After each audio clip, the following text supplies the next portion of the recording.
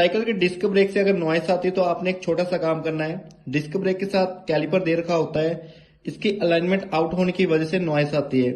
इसको ठीक कैसे करना है, अलाइनमेंट इसकी कैसे चेक करनी है, वो आपको मैं बताने जा रहा हूँ।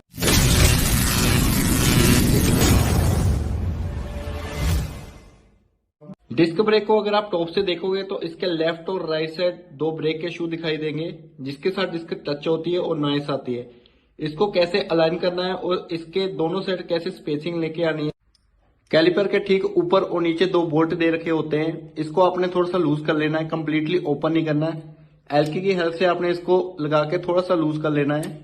इसी तरह नीचे वाला बोल्ट जो है लूज कर लेना है। लूज करने के बाद आप देख पा रहे होंगे इसकी मूवमेंट हो रही है लेफ्ट और राइट, ये देखो।